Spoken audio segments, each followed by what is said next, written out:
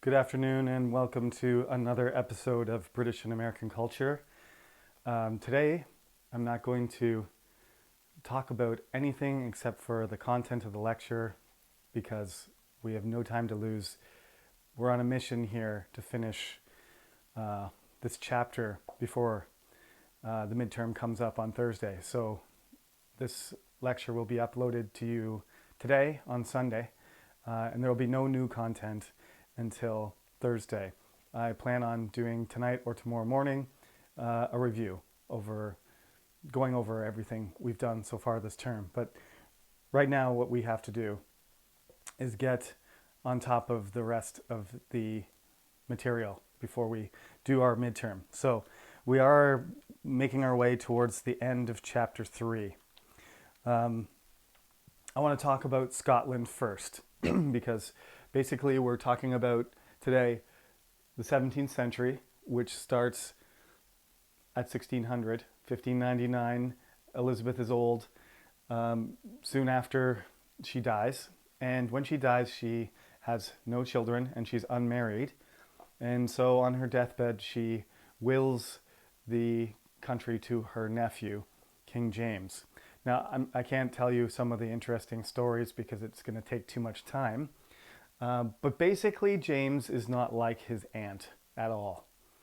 I would say, and he's a Stuart, right? Because we were talking about the Tudors, and Queen Elizabeth is the last of her line. So when it goes to her cousin's line, when it switches to James through his English, lineage, he becomes he's already king of Scotland. He's James the Sixth of Scotland, and he's going to become James the First of England. Now, like I said, unfortunately, he's not much like his aunt.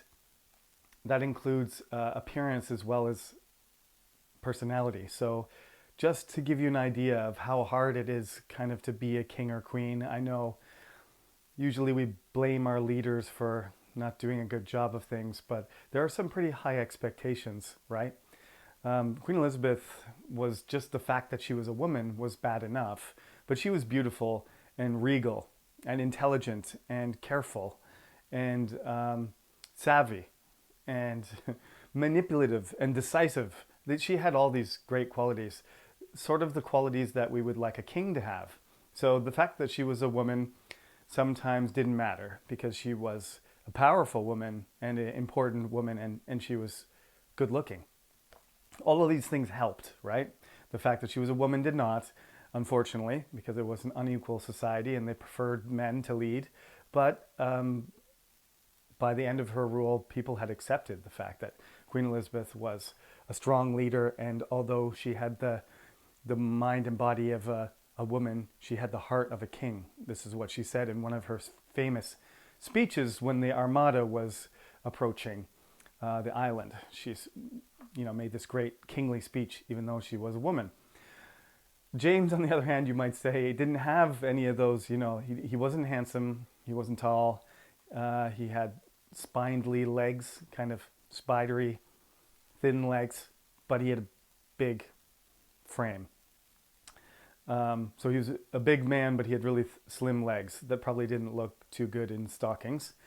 And he had a big head, and he had a tongue that was maybe too big for his mouth. This is what I've heard historians say. It's not my opinion, but he was not a handsome guy. And so he had trouble speaking. He spoke with a lisp, and he stuttered. And none of these things, as just politics aside, people compare, for example, Barack Obama speaking. He has a deep voice and he's very clear. He pronounces his words very carefully. He sounds like an announcer, like a news anchor. And other presidents don't, right? That was one of Barack Obama's strong points. He just sounded presidential. Donald Trump is tall and good looking and wears a suit very well. He's a businessman, but the way he speaks is not nearly as impressive. And that's something that sort of makes people question whether he's a good leader, is the way that he speaks. Some people like the way that he speaks, but it doesn't exactly come across as presidential. So the same thing goes for James. Um, he did lots of good things. He styled himself. He didn't like war, unlike some of the other kings we've talked about. He was not warlike at all, and in fact, he sometimes got a little jumpy around guns. He didn't like it when they fired the cannons or shot guns to salute him, and he would jump and be scared sometimes. So yeah, but he's not an ideal, especially because we're talking about this transition from medieval to modern. And you might think that, well, it doesn't really matter what he looks like or how he behaves or how he talks, whether he's a tough guy. That means nothing. That's sort of like a more modern perspective, although we do care, like I said. What people look like, let's agree, we all care. It matters. I'm not looking very professorial today, but I'm rushed. I should shave and I should put on a suit for you, and then you would take me more seriously, right?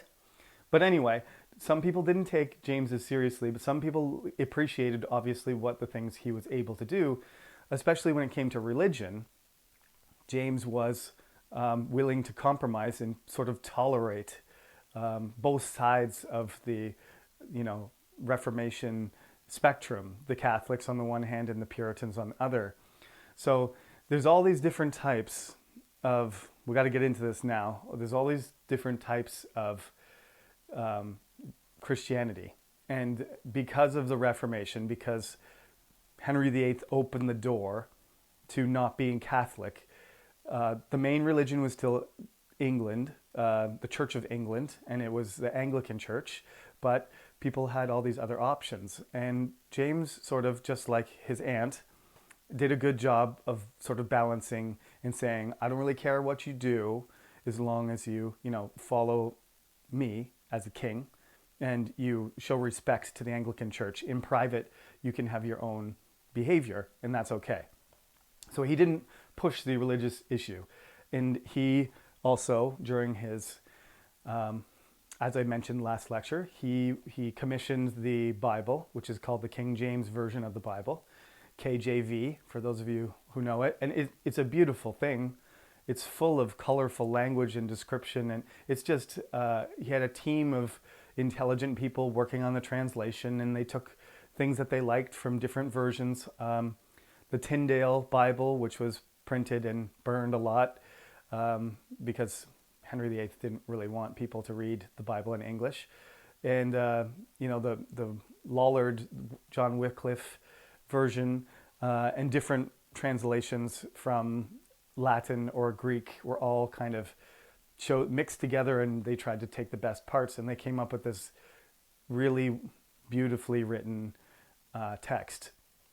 It's my favorite version of the Bible. It's just because, just like Shakespeare, it just sounds so eloquent. Just that the way that the lines are written and how severe they carry a lot of effect. It's like poetry almost. You may not agree with me and you may not want to read it, but this is basically a moment where English again has elevated its prestige. It's not a language that's supposed to be used to study or for cooking or for high class people. Remember, before the kings only spoke in French, they didn't use English. So now we've got English in the courts, we've got English, the king is speaking English, and finally we've got this version of the Bible that's upgraded the status of English language so that everybody is starting to read. Everybody, and this is one of the things that's more like us. We can all read. You go back hundreds of years, nobody could read. This is a modern thing. That's why, again, we're talking about early modern culture here, where it's starting to transform into something like us. Another thing that James had to deal with was there was no police force. Basically, like I said, the center of the community was the church, and the way that things were handled was usually through the church or through the courts. But basically, if you were stealing or something, the most common way to handle a thief would be for a group of people to say, help, thief, and then another group of people would say, there he is, and then you would grab him, and then you would punish him. It's sort of like a neighborhood community, everybody helps each other out kind of atmosphere. And, especially in Korea, I've lived here for 13 years, there's a tendency for us to be afraid almost to help other people because, you don't want to help somebody who doesn't want help and then them to sue you or something. So, when you see anything, you just phone the police right away and don't involve yourself. But that's not what the medieval way was. The medieval way was everybody jumps in immediately and helps. That's what community life was. And that's why sometimes people think that modern life is a little bit cold and stuff because, if something's going on with your neighbor, a lot of people just pretend that it's not their business. And you might like that. You might like the privacy too. If you are being loud or arguing with somebody, you don't want other people listening to you or talking about you or anything like that. So there is this idea of, privacy that it doesn't exist yet.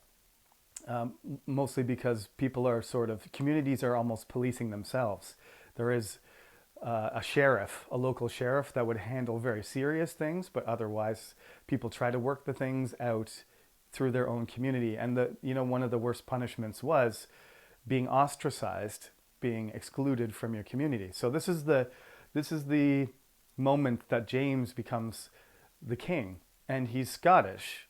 So in addition to his tongue issues, his lisp, and his stutter, he's also got a really strong Scottish accent. So there's lots of stories about, people saying, this king is like, I can't understand him. He's saying all these things. And some of the wealthy people and the government officials are like, what's he talking about? You imagine if sometimes Koreans talk about people from Jeju and how they speak and having trouble, understanding that accent. It's the Scottish accent, I think, is comparable to that.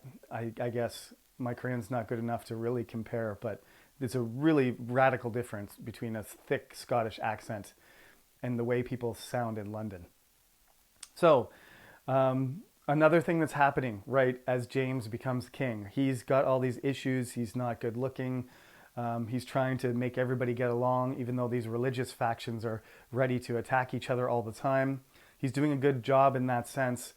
London is becoming bigger and bigger. And I've said many times to Korean people, and I think Chinese people can also identify with this, is like, especially Korea though, it's like half the country lives in Seoul. It's like it's a enormous mega city of like, if you include Gyeonggi-do and Incheon, you have like 25 million people, and that's like half the population of your country. So like everything, whatever Seoul does is really important to Korea, and it's almost like everybody just gets swept along. And this is what started to happen to London 400 years ago, is that London's population started to increase, but it didn't start to increase because of the birth rate. It started to increase because people moved in from the countryside. In Korea, both happened simultaneously. Everybody moved to Seoul, and everybody started having more children, and less people started dying at the same time. So now you have half the country living in Seoul. But in England, in Scotland, people were moving to London because London both was dangerous and a chance to get a better life. If you had nothing, you might as well go to London and try and beg. Right? You're not going to get anything necessarily in the countryside unless your family or the church helps you. So if you're out of options and you're basically wandering around, you're going to end up in London. So there was a lot of crime. There was a lot of people who didn't have enough, and they were trying to find a way to live. And as a result of that, there was a lot of people dying because they weren't eating enough and weren't healthy. And they were attacked by people. And of course, as I said, there's no doctors around. The doctors are horrible, in fact. So a lot of these things in modern life that we have, nobody's dying because we have such good doctors. Everybody's living a long time.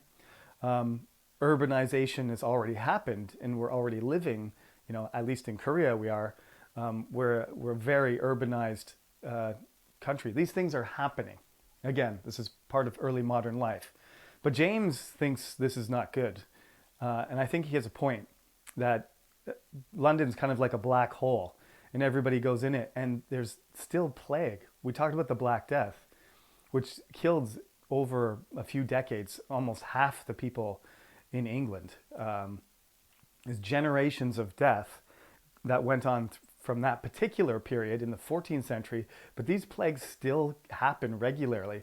Every 10 or 20 years, the plague comes in and kills 10%, 15%, 20% of everyone in London. This happens repeatedly.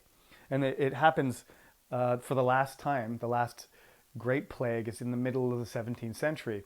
And we have the coronavirus now, and people are afraid of it and people don't care about it. Everybody has mixed feelings about it. But we certainly don't, expect every generation to grow up and 10 or 15% of them disappear, right? That's a huge number. Think about just our class, 55 students. You have maybe 5-10 students get wiped out by the plague in a couple years, right? Your age. The average lifespan for a Londoner was under 30 years in the 17th century. So you're talking about, if you live in London, I'm dead. I'm 39. And you're middle-aged at 20 or 19. It's quite different culture to be alive in. And so, yeah, somebody from Scotland like James or any of the wealthy landowners from the countryside, they don't think all of this, gravity into London is a good thing. It's dirty, it's polluted, it's overcrowded. There's not enough food, and there's disease everywhere, and there's death everywhere. That's London. It sounds like a horrible place to live. So most of the wealthy people lived on the west side of the city because the water flows to the east. So all of the garbage and all the death and everything went eastward towards the ocean. So the more money you had, the farther west you lived. It was a geographical advantage to be upriver. So that's where, if you go to London now, Westminster's in the west, and that's where all the Parliament buildings and all the nice buildings on the west side sit to the west of the main city of London. Okay, so you have an idea of what it's like now. These are things that aren't necessarily in the textbook, so I want you to take close note. Remember the stuff about London, remember the stuff about James, because it's not really there. But James is from Scotland, so let me just mention Scotland here, because at the end of the chapter, it does talk about Scotland. And Scotland, at the end of this lecture, in 1707, I don't think there was room for much else on this board because it's so small, but in 1707, the Act of Union makes the country of Great Britain. It combines Scotland and England. Now, James wanted to do this because, of course, he's the king of Scotland and the king of England, but there's no United Kingdom yet. He's like the CEO of two companies that are not together. He has the power to manage both of them, but they're two separate kingdoms, and he's unable to get them to join.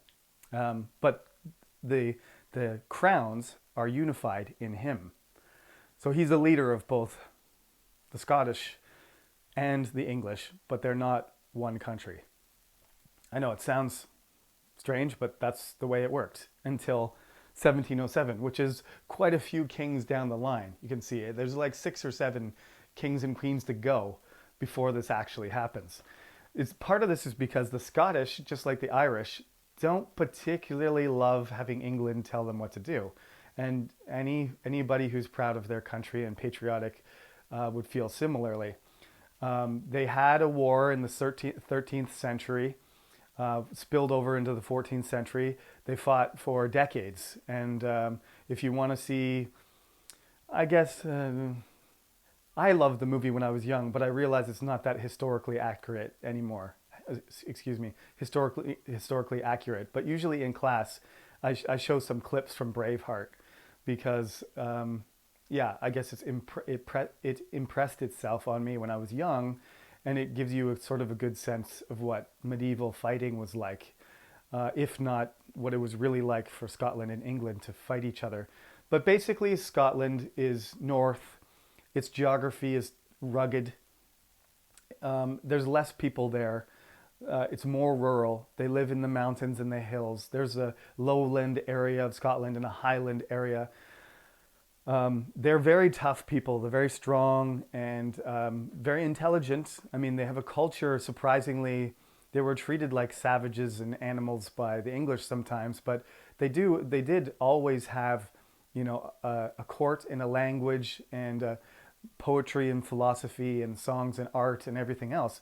They just lived in stone castles in swamps and mountains. I'm part Scottish, so I'm allowed to say bad things if that's what you think they are. But I love mountains and swamps, and I think those castles they're beautiful.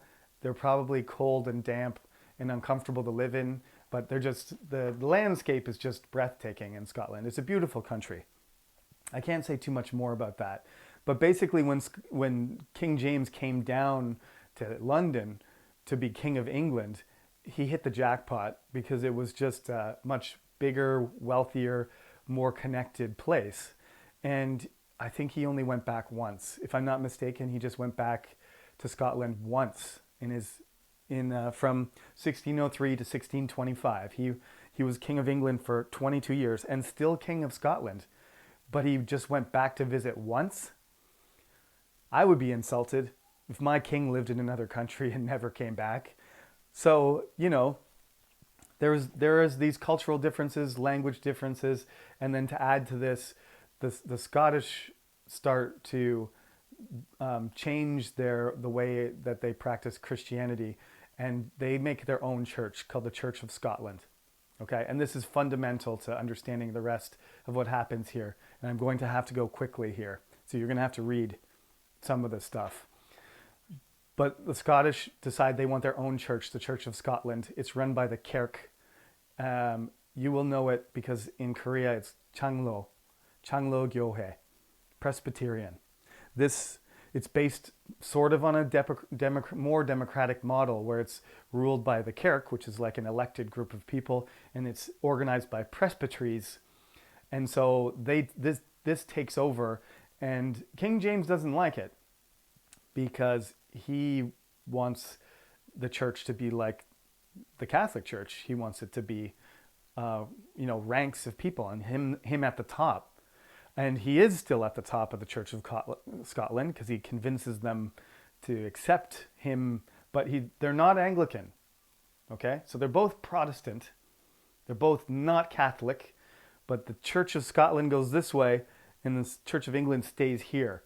And the Catholic Church is over here. So in between is the English Church, and the Presbyterians their ideas are moving much farther to the Protestant side, so the more radical Puritan sort of, I want to be as different from the Catholics as possible, and basically Catholics are creatures of the devil. This is what the atmosphere becomes like in Scotland. But as I said, King James was good at keeping everybody calm, so by the time he died, everything was still okay. Fast forward to when his son takes over.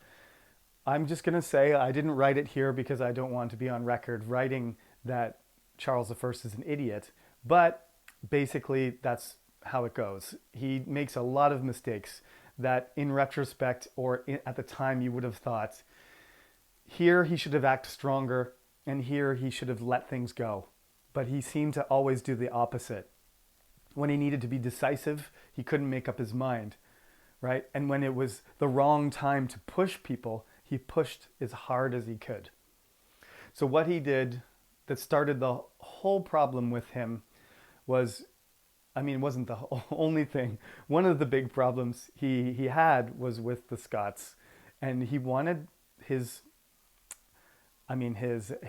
people, because he is more of a Scottish king really than an English king, technically, I would say. He's only there because Queen Elizabeth and her line died out. That he wants the Scottish people, he likes the Anglican Church, just like his dad did, and he wants everybody to do church the same way. So he wants everybody to be Anglican, and he wants them to be Armenian Anglican. It's just another branch of Protestant religion. Don't worry about it. But he wants everybody to belong to the Church of England, including Scotland. They don't want to. He needs an army. They start fighting. The Scottish win. And now he's got a Scottish army attacking England. This starts the whole problem again. Remember, I said the 17th century has these 4 problems. They're all related to each other. Sovereignty, central versus local control, foreign policy, and finance. And all of these things, he blows it on all of them. He messes up. He makes everybody angry in Scotland, foreign country actually, even though he's their king. He makes everybody in Scotland angry. He pushes the religion on them, so religion becomes a hot issue. He doesn't have enough money to pay for this, of course. And he's trying to impose his control on everybody. This is why I wrote personal rule up here, is because he doesn't want to listen to Parliament. Sovereignty. He wants to make all the decisions himself, but he doesn't have the money to do any of the things he wants to do.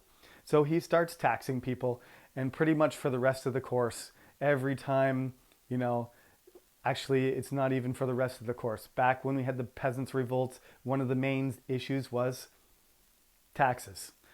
When a government slaps a tax on a group of people, on a country, they never like it. And if it's a big tax and they feel like it's not necessary, then sometimes they take some serious action. And this is sort of what's happening here. Charles wants more tax, he wants more money. The Parliament doesn't want to give it to him. When they don't give it to him, he sends them home. And then he tries to get the money by raising money, by making people pay penalties for things, fines. He has this thing called ship money.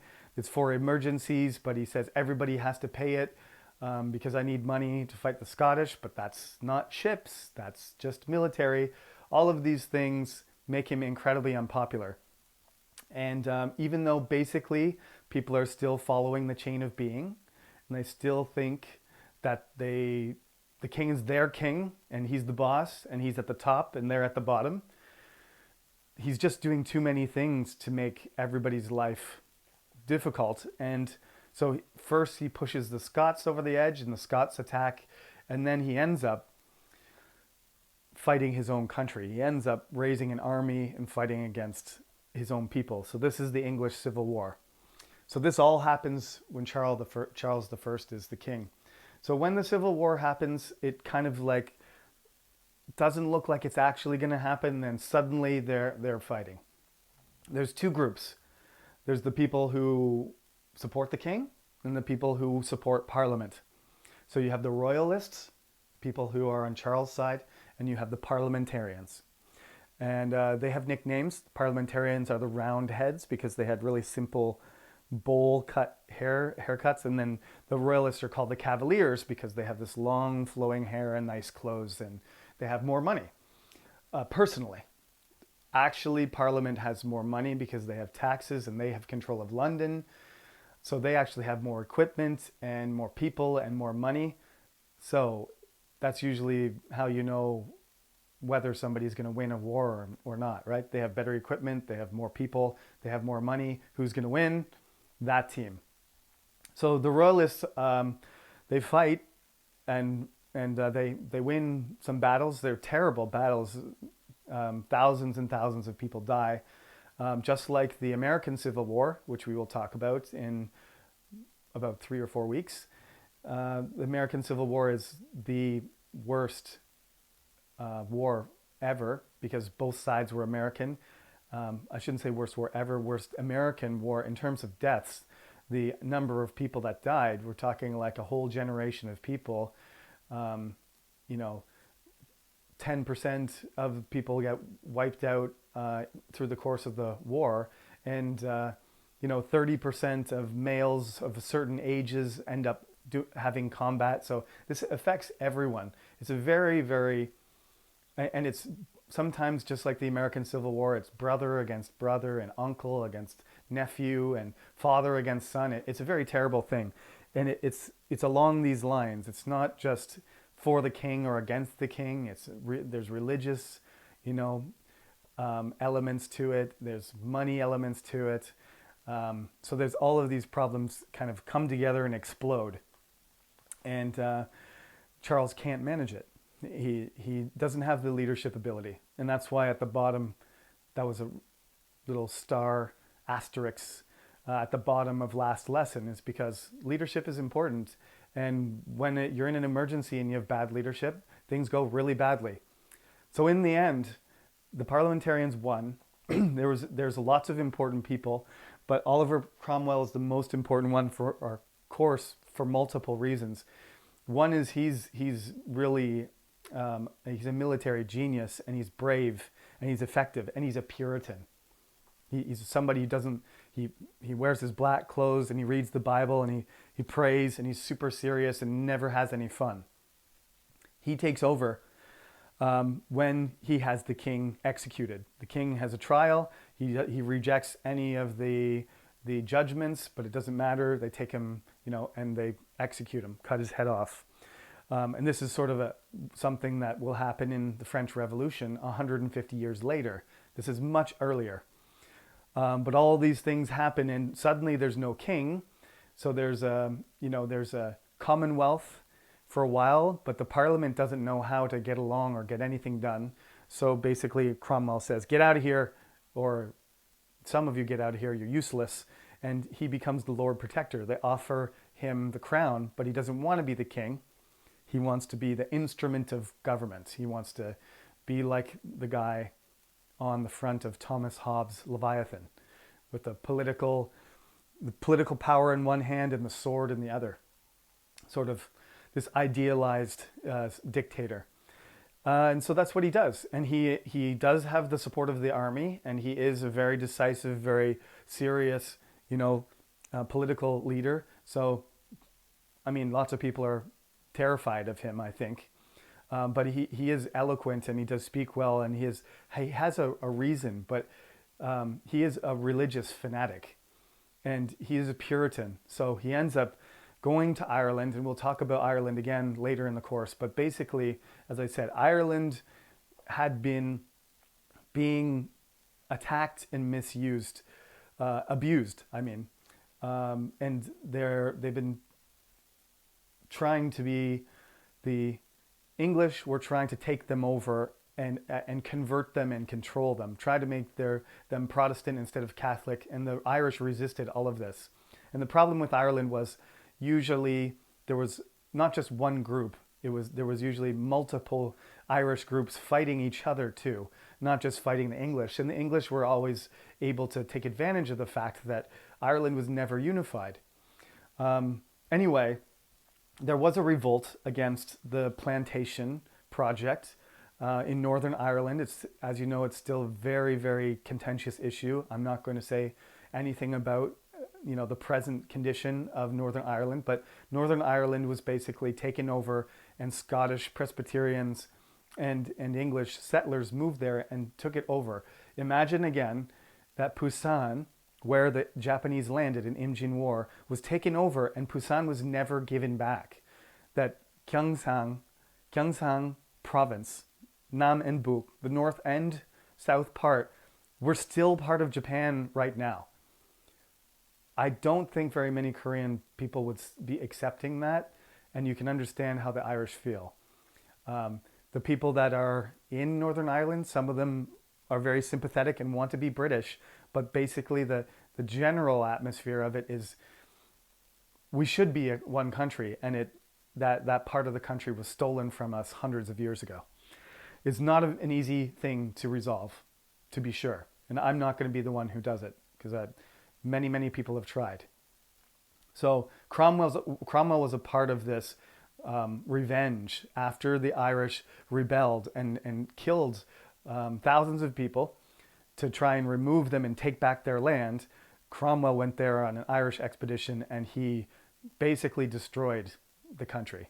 He took his army everywhere, and he killed people and punished people and burned things down and left people out of their homes. And so he's considered by Irish people, a genocidal maniac. I have lots of Irish friends. I have lots of English friends, but it's not, you might, again, for you Koreans, I doubt any Koreans would like to go and visit a statue of Toyotomi Hideyoshi and say, oh, well, that guy was a good guy. He did a good job at unifying Japan and he attacked us.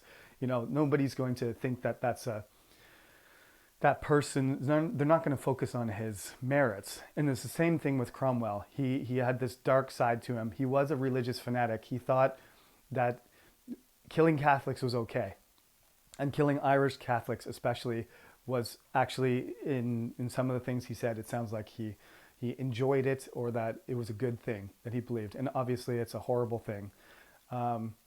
Maybe 500,000 people were killed in a country that had 1.4 million people. So, 30% or 40%, nobody knows exactly, but hundreds of thousands of Irish people died as a result of this. So that's his legacy. He did create the Commonwealth. He did organize things and sort of consolidate England and help it recover from the Civil War. But I think for the most part, I've tried to explain in a neutral way what Oliver Cromwell is. And there is a statue of him. There are statues of him. When he died, his head was put on a stick outside. And I think we can understand why that happened. Moving on. Cromwell dies. His son is Richard Cromwell, and he's not the same type of person as his dad. So basically, he can't control the leaders of the country, and so there is an ineffective parliament. The military comes in and takes over and sends everybody home, and they're in a position of what should we do now? And they basically decide to invite Charles' son, another Charles. Okay, don't be confused. We got James, Charles, Oliver, Charles, James. Two James, two Charles, a William, and an Oliver. Okay, those are the names.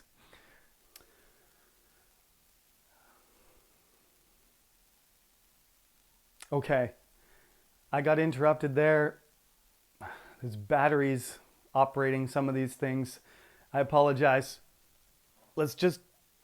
I replaced the batteries. I think we're ready to go. I was almost done there. I knew the batteries were going to die. It's my fault. I was just about to say, Charles II. He was actually a very fun guy. He loved spending money, and he was a lot smarter than his father. And he did manage the country. He was very popular, and he was invited back, and he became the king. And this is called the Restoration. So the revolution that Oliver Cromwell took through to right to the end, to the execution of the king, reverted. And so it's not called the English Revolution, even though our class is about revolution and evolution.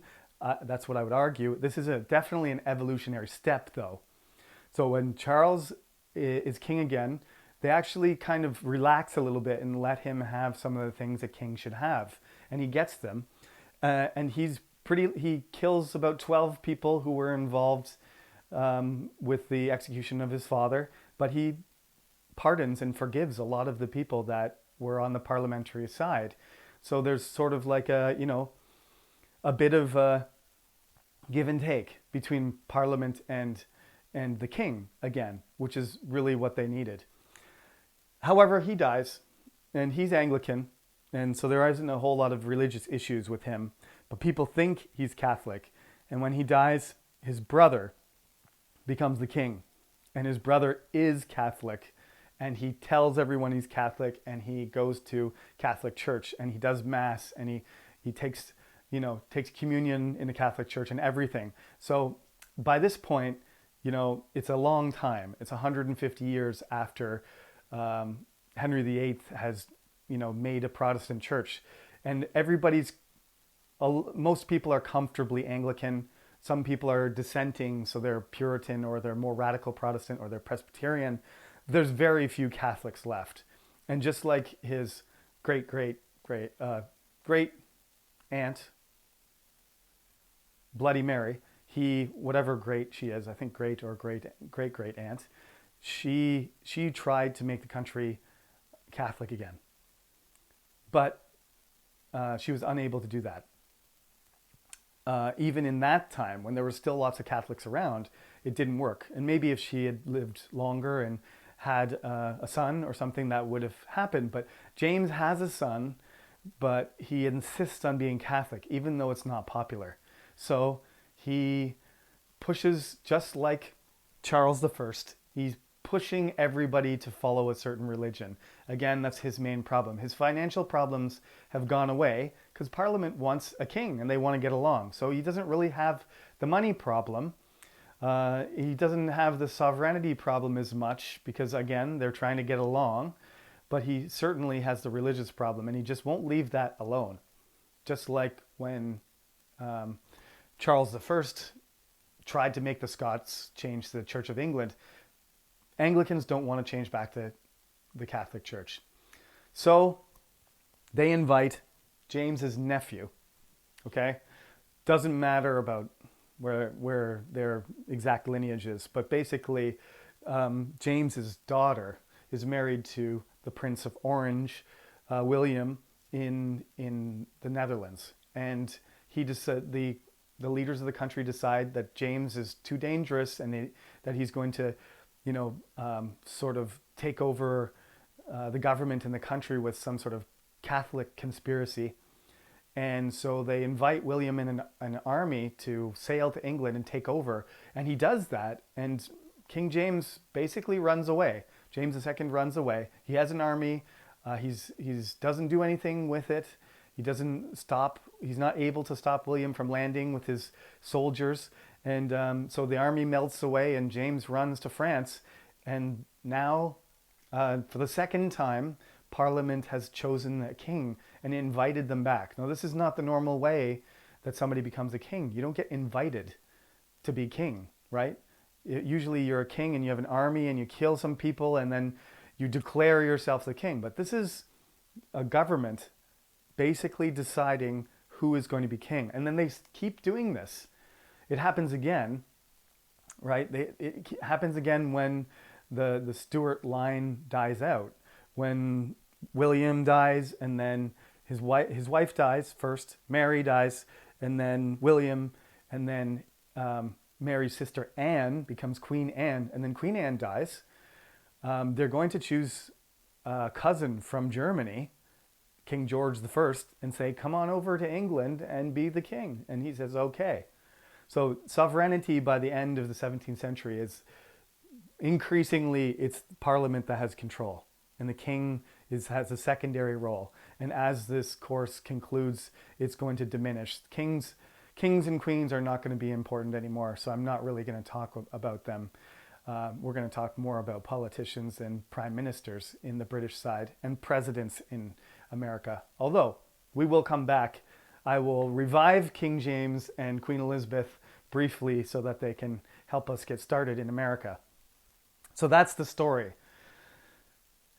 I did have a problem partway through this lecture, so this is going to be a small little a mini lecture kind of stapled on to the end. My editing skills are not that great, so I apologize if it's not really smooth, but I think that's enough. That's where we're going to stop. 1707, you don't have to remember this for the test, but 1707 is when Great Britain actually becomes a country. And that's where we'll start after the midterm, is that we're not talking about England, Scotland, and Ireland anymore. We're going to be talking about the United Kingdom, and then we'll be talking about the United States. Okay? Now, I will do one more shorter lecture for you that reviews all the material since the beginning of the semester. That'll be done tomorrow, Monday, so you can watch that after you're done with this. Thank you for listening, and have a great afternoon.